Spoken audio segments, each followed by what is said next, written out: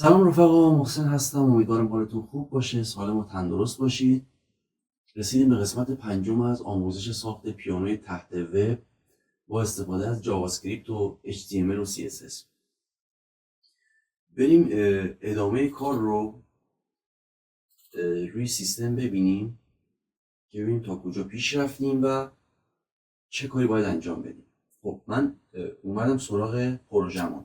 ما اومدیم کلیدهای پیانو رو تعریف کردیم، کلیدهای سفید و مشکی رو ایجاد کردیم، رویدادهای فشردن رو ایجاد کردیم، نوت ها رو گرفتیم و ست کردیم روی هر کدوم از کلیدهامون و هر کلیدی که فشار بدیم صدای اون نوت برای ما پخش میشه. و توی قسمت آخر هم اومدیم وصلش کردیم به کیبوردمون، یعنی کلیدهای روی کیبورد رو از کلید Z شروع کردیم تا قسمت آخر فکر میکنم اومدیم و چند نوت هم از Q و W به سمت راست روی کیبوردمون ست کردیم. من یه تست کوچولو میگیرم. برنامه ما داره به درستی کار میکنه. خب توی این قسمت من چیزی به ذهنم اومد و اینکه ما قسمت بالای پیانو رو اومدیم خالی گذاشتیم برای اینکه در آینده که همین قسمت‌های این قسمت به بعد میشه یک سری آپشن ها به پیانومون اضافه بکنیم و اون رو تقریبا به یک کیبورد یا ارگ تبدیل بکنیم. به عنوان مثال سری کلیدهایی بذاریم برای پخش مجدد ریتم، یا خدمتتون عرض بکنم یک پنل بذاریم مثل کیبوردهای واقعی که یک پنلی دارن، یک سری اطلاعات رو توی اونها نمایش میدن. این قسمت بالا اگر موس من رو سیستم نشون بده، من ببینم موس رو، این قسمت اگر قسمت میانی از سطر اول که با 1 و 2 مشخص کردیم، این قسمت میانی رو من یک پنل میخوام بذارم که هر نوتی که فشرده شد شبیه به یک LCD بیاد برای ما اطلاعات اون نوت رو نشون بده. اگر ریتمی پخش شد اسم اون رو به ما بده، اگر سرعتش رو کم و زیاد کردیم همه اینها رو به ما نشون بده. حتما ویدیوهای بعدی ما رو دنبال بکنید. اگه علاقه‌مند هستید این پروژمون داره جالب و جالبتر میشه. خب من میرم سراغ پروژمون و میام توی کدهای HTML. ما توی این قسمت قرار بود کارمون رو انجام بدیم. من میام توی سطر اول یک باکسی این قسمت قرار میدم. من یک رو دیگه برمیدارم. میتونم این رو به چند قسمت تقسیم بکنم، اما یک قسمت رو فعلا من میذارم و اسمش رو میذارم پیانو LCD کانتینر و این رو میبندم. حالا برای اینکه تست بگیریم یک متنی رو آزمایشی من اینجا می نویسم. میم حالا کلاسمون رو براش تعریف میکنیم. این پروژه‌مون رو یک بار اجرا میکنیم. این LCD اینجا قرار گرفت. مثل قسمت های قبل ما میم از روی مرورگرمون کدهای استایل و CSS مون رو می نویسیم که فهم کدها برای دوستانی که خیلی آشنایی ندارن هم آسان تر باشه. خب ما قصد داریم این رو اولین کاری که انجام بدیم بیاریمش این قسمت وسط. این کار رو ما به چند صورت میتونیم انجام بدیم.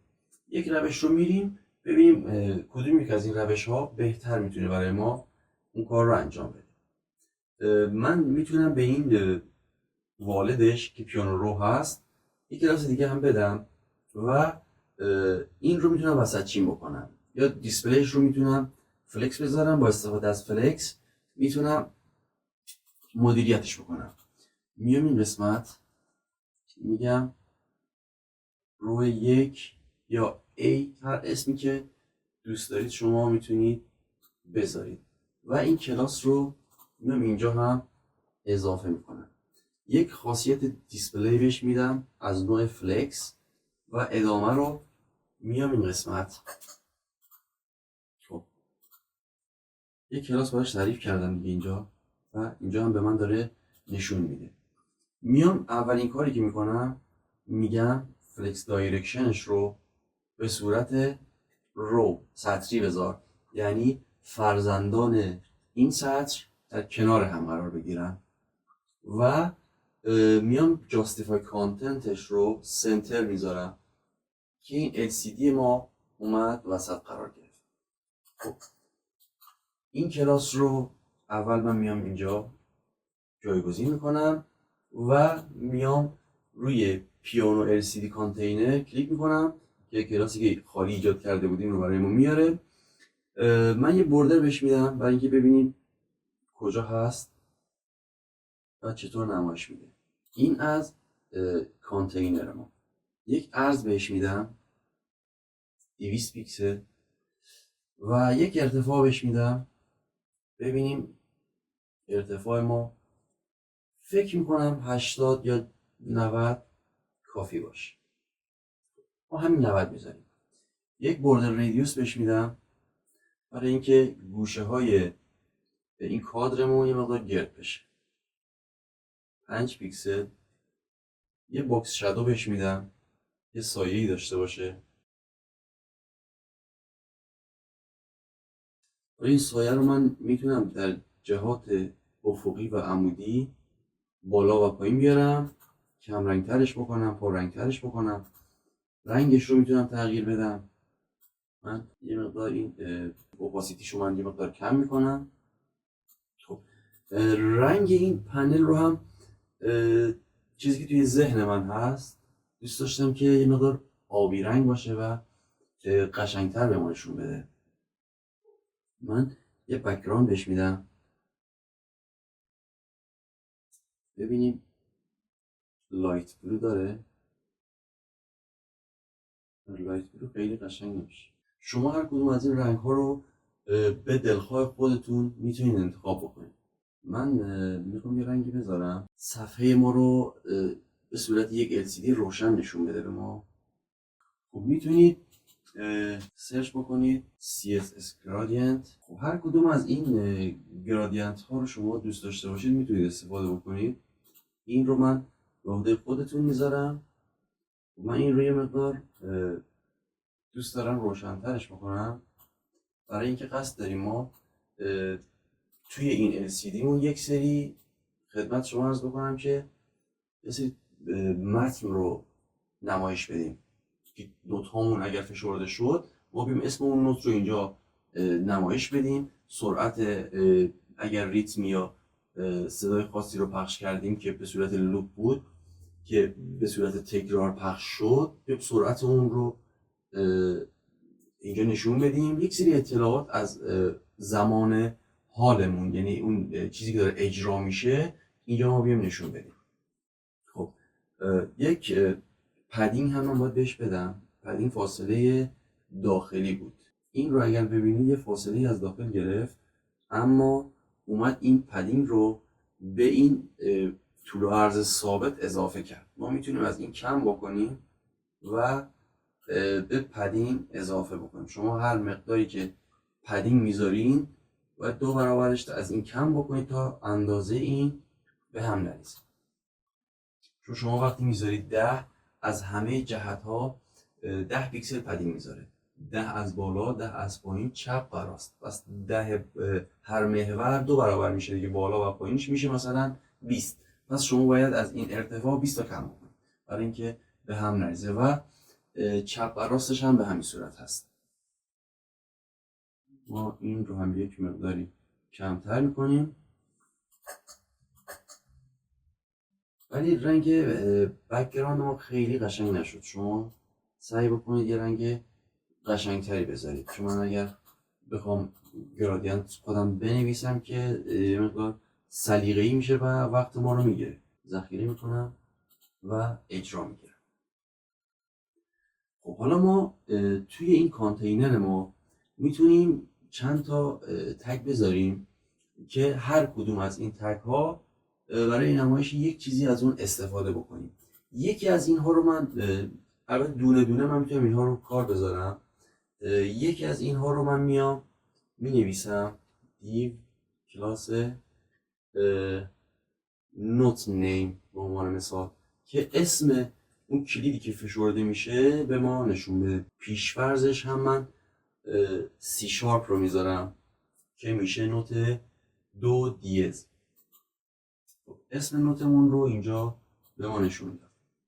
ما میتونیم چند تا از این تگ ها بذاریم و خدمتتون عرض بکنم هر کدوم رو برای یک چیزی استفاده بکنیم.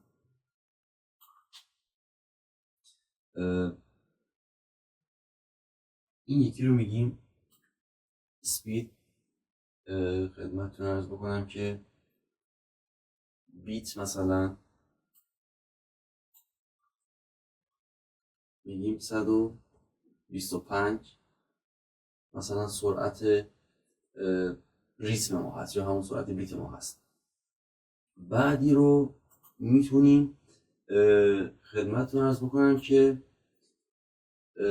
هر کدوم از این کلیدهایی که ما میتونیم اینجا قرار بدیم برای هر کدوم از اینها میتونیم یه ویژگی بنویسیم. حالا من خدمتتون عرض کردم به صورت بداهه چیزی به ذهنم رسید اومدم همون رو اجرا کردم. تک تک پیش میریم، هر چیزی که به ذهنمون رسید رو اجرا میکنیم.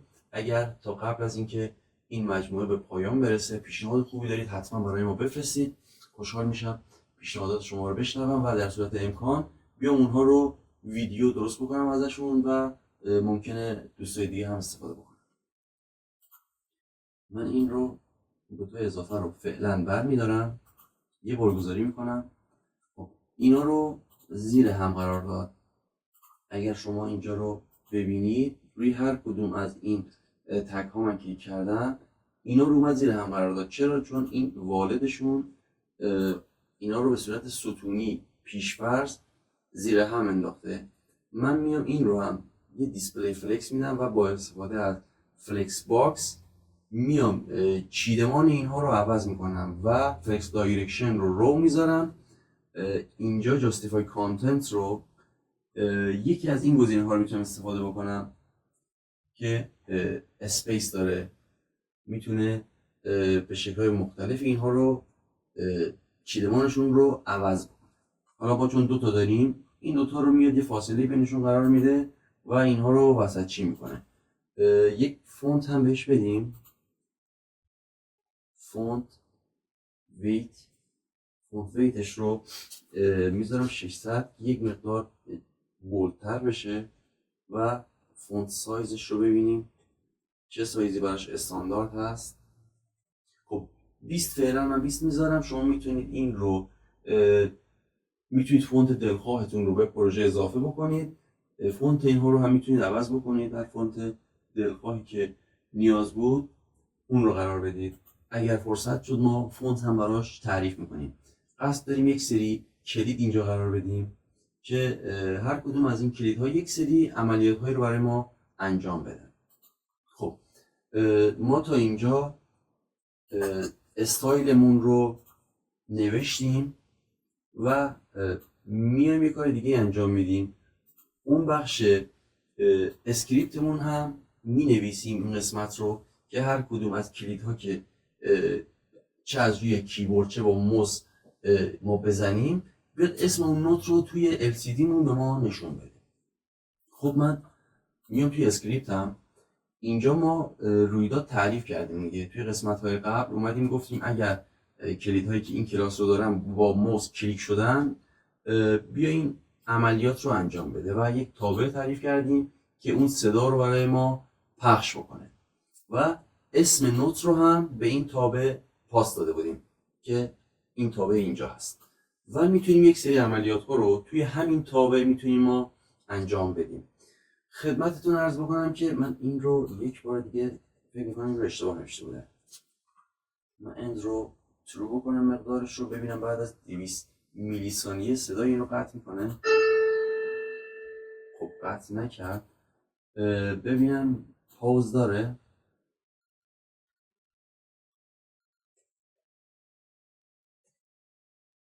آره پاوز ظاهرا داره ولی باید ببینیم که عمل میکنه یا نه. خب آره بعد از 200 میلی ثانیه ما اومدیم گفتیم که زمانی که این نوت رو پلی کردی صداش رو پخش کردی بعد از 200 میلی ثانیه این رو صداش رو قطع بکن. حالا میذاریمش 300.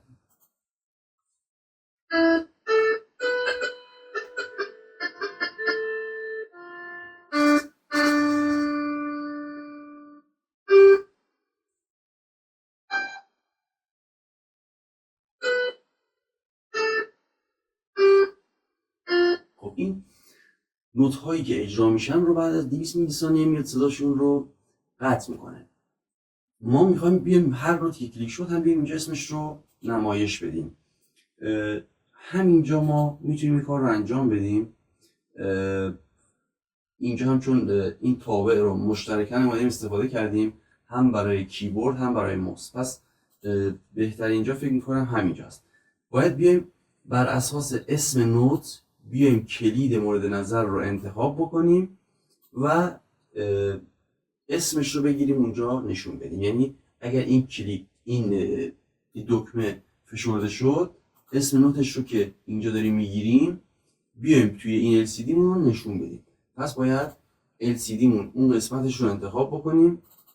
میتونیم با استفاده از همین کلاس نیم ما توی این قسمت میگیم دال پرانتز باز و بسته، میگیم یک کلاس داریم به اسم نات نیم.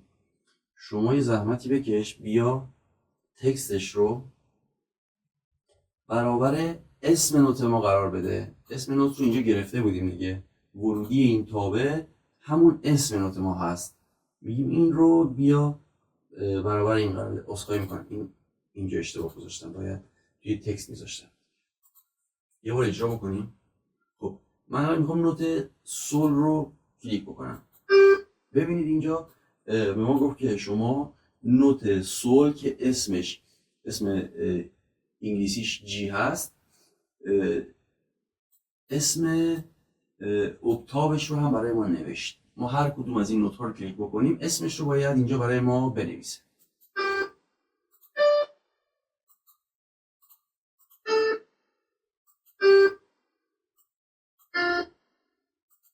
خب دقت کردید همه اینها رو اسمشون رو برای ما نوشت. حالا یک کار دیگه که باید انجام بدیم اینه که بیایم این قسمت یک سری کلید قرار بدیم. قسمت بعدی فکر میکنم جالبتر بشه، چون من میخوام یک سری ریتم یا یک سری بیت قرار بدم، اونا رو بیارم به پروژه اضافه بکنم و کلیدهایی رو بذاریم. زمانی که اون کلید رو زد کاربر، چه با موس چه با کیبورد، چون روی کیبوردمون هم یک سری کلیدها رو میخوایم برای این کار بیایم تنظیم بکنیم که هر کدوم از این کلیدها یک دکمه رو برای ما فعال بکنه. هر کدوم از اینها رو زد بیاد یکی از دکمه ها فعال بشه، یه عملیاتی رو برای ما انجام بده. من میخوام خیلی ویدیوی ما طولانی نشه و این ویدیوها رو یه مقدار کوتاه‌تر ضبط میکنم که خیلی وقت شما هم گرفته نشه. برای این قسمت فکر میکنم کافیه. اگه این ویدیو رو دوست داشتید لایک بکنید و نظر و پیشنهادتون رو هم حتما برای ما بفرستید و کانال ما رو هم سابسکرایب کنید. ما به حمایت شما شدیداً نیاز داریم.